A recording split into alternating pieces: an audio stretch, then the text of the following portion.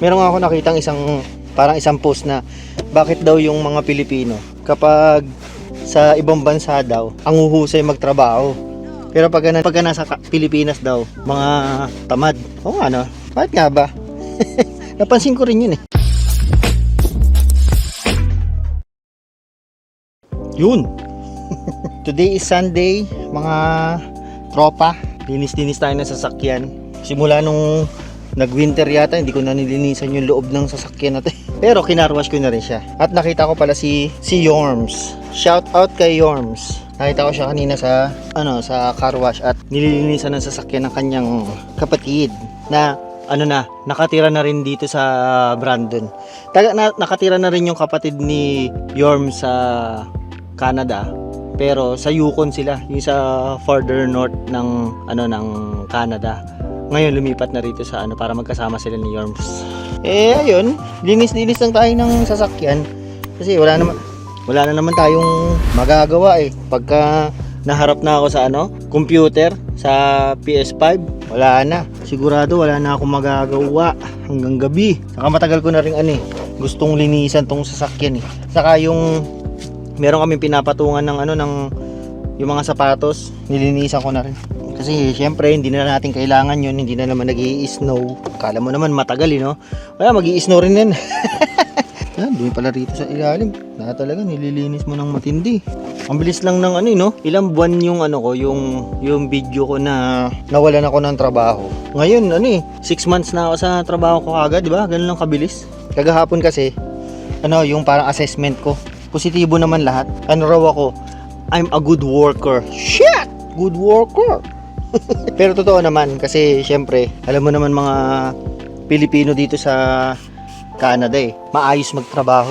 Meron ako nakitang isang post na bakit daw yung mga Pilipino kapag sa ibang bansa daw ang huhusay magtrabaho. Pero pagka nasa Pilipinas daw, mga tamad. Oo nga no? Bakit nga ba? Napansin ko rin yun hindi naman siguro. Dito lang sa Canada, parang gusto lang natin na ayusin yung trabaho. Kasi mahirap na syempre, hindi mo naman bansa to. Dapat magpakita ka ng sipag. Hindi lang naman ikaw yung nagre-represent sa sarili mo. Pati yung buong Filipino community. Hindi tulad ng ibang lahi, di ba? Kilala na sila na madaya sa trabaho, tamad. Tayo, kilala tayo dito yung mga Pilipino na masipag. Nung isang beses na may ginagawa ko dun sa trabaho, kasama ko yung boss ko. Sabi, bakit nagpapakahirap ka dito magtrabaho, ang init-init? Tapos tinuro niya ngayon sa akin, merong electric pan. Mo lang dito, kakabit mo rito, yung saksakan nandun sa baba. Tinatamad ako. Okay lang naman sa akin yung medyo mainit kasi hindi naman ako pinapawisan. Kumbaga chill lang yung paglilinis ko, hindi yung nagmamadali. Sabi ko, ayoko. Masyado bang maraming gagawin? Sabi niya, hoy, huwag kang ganyan, huwag kang tamad. Lahat ng Pilipino rito, ang kilala ko, masipag. Pero pa-joke lang. Sabi ko kasi sa kanya, too much to do now. Pero mabait yun yung boss ko ngayon. Gusto ko nga yung yung trabaho ko ngayon. Kasi sila, parang pamilya. Hindi tulad yung sa dati kong company. Sa sobrang laki, parang hindi naman kayo magkaka-close, parang wala kayong time na magiging ka-close ganyan. Sabi ko nga, 'di ba, parang professional. Pero dito sa sa setting ng bago kong trabaho, para talagang yung parang nakakausap mo sila ng normal. I mean yung normal na talagang conversation, yung hindi yung hi, parang parang kumustahan lang na tapos maglalagpasan na kayo. Hindi, yung sa bago kong trabaho, sila yung parang talagang magigiliw sila, mababait sila, ganyan. Talagang tatanungin ka kung kumusta yung naging araw mo, kumusta yung naging linggo mo, ganyan. Na hindi ko siya na-experience dun sa dati kong trabaho.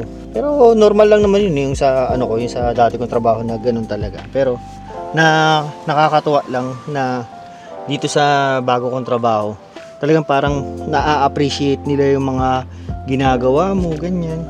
Yun nga, bakit parang ang sisipag natin dito sa yung mga Pilipino sa ibang bansa.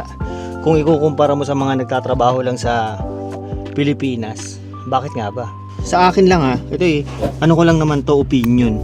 Kasi dito parang pagka nasa ibang bansa ka, parang mas gaganahan kang magtrabaho kapag yung mo pasahod sa yung treatment sa ng mga kasama mo, meron kang na galingan sa trabaho kasi nga maayos yung pamamalakad ng mga kumpanya. Kasi kadalasan sa Pilipinas, 'di ba? Parang hindi sapat yung pasahod sa underpaid tapos more work. Alam mo yun, dami mong trabaho tapos ang pasahod sa hindi sapat. Parang ganun lang yung nakikita ko. Marunong tayong um-appreciate sa trabaho kapag tayo mismo pinahahalagahan ng trabaho. Saka dito kasi rin sila yung mga boss na kasi yung boss ko puti Talagang papansinin ka nila kung kunyari maganda yung ginagawa mo. Talagang pupurihin ka nila as in ang galing ng ng trabaho mo na nakikita ko na nag-i-improve ka. Talagang ibino-voice out nila yung mga nakikita nilang maganda sa iyo. Hindi tulad sa ito hindi ko naman baka sabihin nyo masyado ko naman binabadmouth yung sa trabaho ko dati sa Pilipinas. Hindi mo maririnig yung hindi ko man lang narinig yung mga kasama ko or yung mga ko na good job, maganda yung ginawa mo, parang normal lang ganyan. Dito parang sobrang appreciative ng mga tao rito.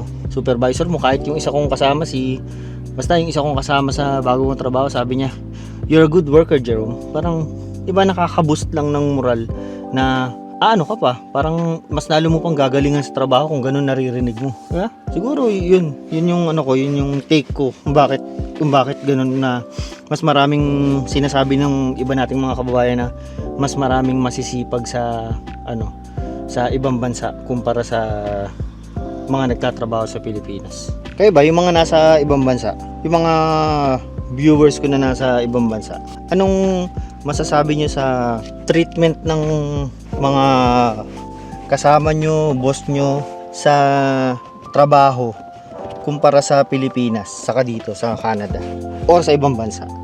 Mas mas mababait ba? Pero hindi ko naman sinasabi na lahat ganun Meron pa rin mga pasaway talaga. Pero sa akin kasi, sa experience ko, talagang parang mas nakikita ko na mas appreciative talaga yung mga boss, mga kasama rito sa Canada. Kahit yung sa dati ko na trabaho, yung dati kong boss, talagang sinasabi niya na, "Oy, maganda yung ginawa mo, maayos yung mo pagkatatrabaho mo," ganyan. Kasi baka sabihin niyo, baka boss mo lang yan, di ba?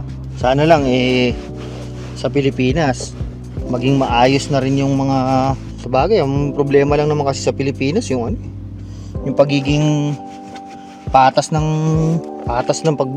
sahod. Siguro kung sumasahod ka ng matino rin sa Pilipinas, siguro gagalingan mo rin sa trabaho, di ba? Ewan ko ba. Daming alikabok, hanip. Ba talaga pagka so ganda rin talagang nalilinisan. Yung sasakyan ko sa Pilipinas, matindi rin ang linis ko dun na ginagawa lagi. Yung sasakyan ko dun, hindi ka pwedeng kumain sa loob ng sasakyan, hindi ka pwedeng magkalat. Ganun ako kahigpit dati sa sasakyan sa Pilipinas Dito wala lang. Lang dito Kumbaga, parang kahit madumihan mo yung sasakyan mo, inisip, pwede namang linisan Pero wala yung vacuum ko. Gusto ko sana mag-vacuum. Hiniram nila Jasmine yung aking vacuum. Nga pala, marami rin ako nakita ng mga bagong kababayan na lumipat dito sa Brandon. Ang daming nga raw naghahanap sa akin si Jasmine. Ewan ko kasi bumalik na siya sa dati namin trabaho Ang dami raw naghahanap sa akin. Ay, hindi naman ako umalis O dahil kasi siguro hindi nila ako nakikitang nagbibideo. Naku-curious sila kung nasaan ako. Dito lang naman ako, mga sir. Hindi naman ako malis. Pero yun lang naman yung gusto ko ikwento sa inyo. Kasi meron lang ako nakita na ganun nga na bakit daw ang sipag-sipag ng mga Pilipino pagka nasa ibang bansa. Nature na natin yun. Saka siguro isa rin yung dahilan kasi pasikat tayo. Pasikat sa mga puti, colonial mentality. Yung alam mo yun, gusto mong mapuri, Baka isa rin yun sa dahilan. Sige na. At maglilinis na ako ng todo. Like, share, subscribe yung mga alam nyo nini. Sige na, paalam.